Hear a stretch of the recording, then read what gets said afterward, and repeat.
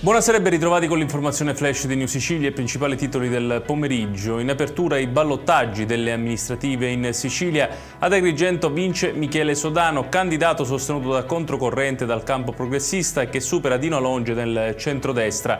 A Bronte eletto sindaco Giuseppe Gullotta, anche lui di controcorrente davanti a Giuseppe Castiglione di Forza Italia. A Ispica invece torna alla guida della città Pierenzo Muraglie, sostenuto da liste civiche che batte Serafino Arena del centro-sinistra.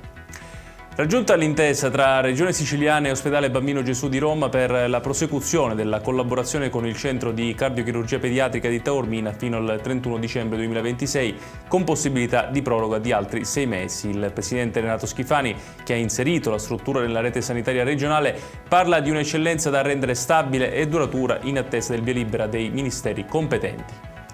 Un uomo di 90 anni ha accoltellato un 47enne nel centro di Francofonte, in provincia di Siracusa, durante una lite. La vittima era giunta da diversi fendenti all'addome, è stata soccorsa e trasferita in ospedale dove si trova ricoverata attualmente in prognosi riservata.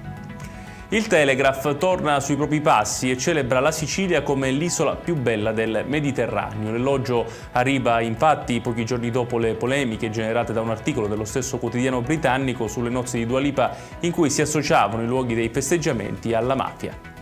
In chiusura l'avvistamento di un grande squalo bianco nel canale di Sicilia. La testimonianza arriva da un gruppo di subvolontari che stavano bonificando i fondali attraverso la rimozione di attrezzature da pesca abbandonate e impigliate in un relitto. Si tratta di un esemplare ormai rarissimo nel Mediterraneo.